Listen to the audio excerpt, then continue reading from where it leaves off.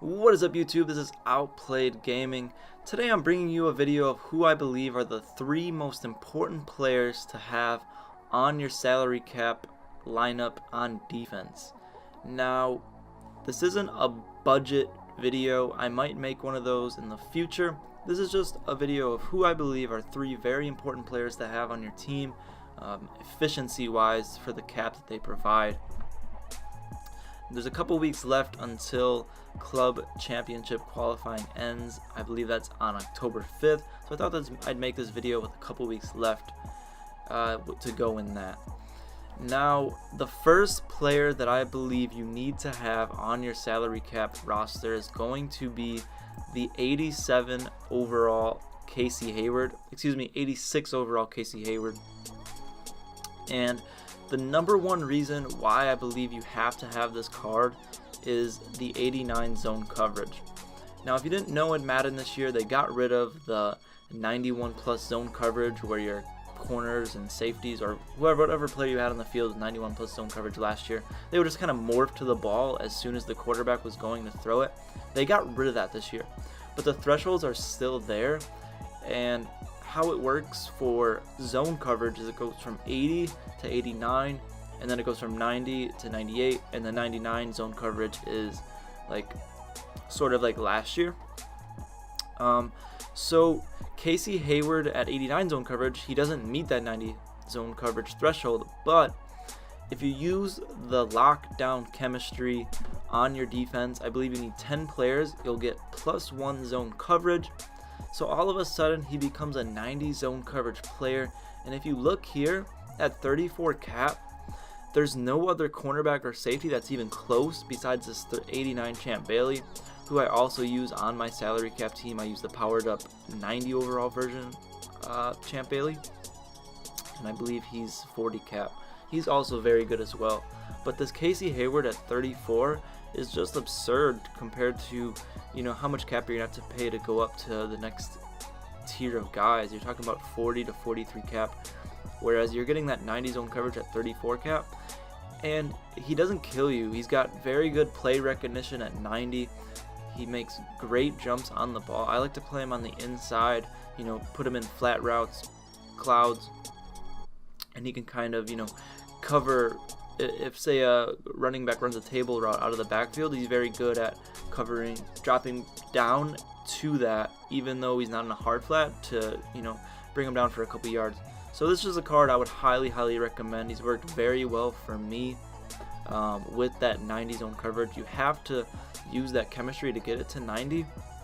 Otherwise, it's not very useful.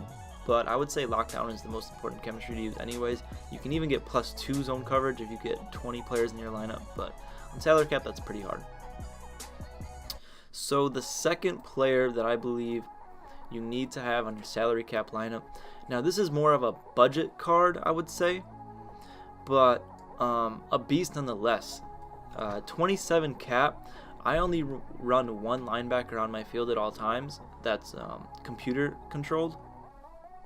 I like to run a lot of the 46 normal speed package, dollar, big nickel over big G, and those 3 formations you can have 6 safeties or 7 safeties in the game.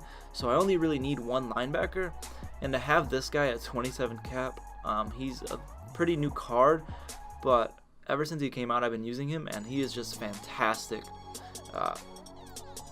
As you can see, 80 pursuit, 85 hit power, and most importantly, 80 zone coverage. He meets that zone threshold too if you have him dropping back in zone.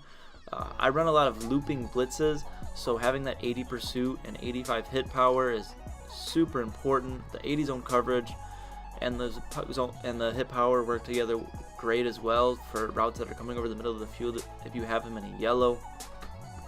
Just a great card for 27 cap. There's not many linebackers you can find that pretty much do everything. Even his block shed is pretty good at 71. Usually when you find coverage linebackers, they'll have block sheds of 50s or low 60s. So he does pretty much everything. He's got good jump at 81, pretty decent speed. We're not using him, so 79 speed and 83 acceleration for a computer user player is really, really good. He's been awesome for me as the looping blitzer, like I said, and just even if you're using him in zone, just a linebacker I would highly recommend on your salary cap team.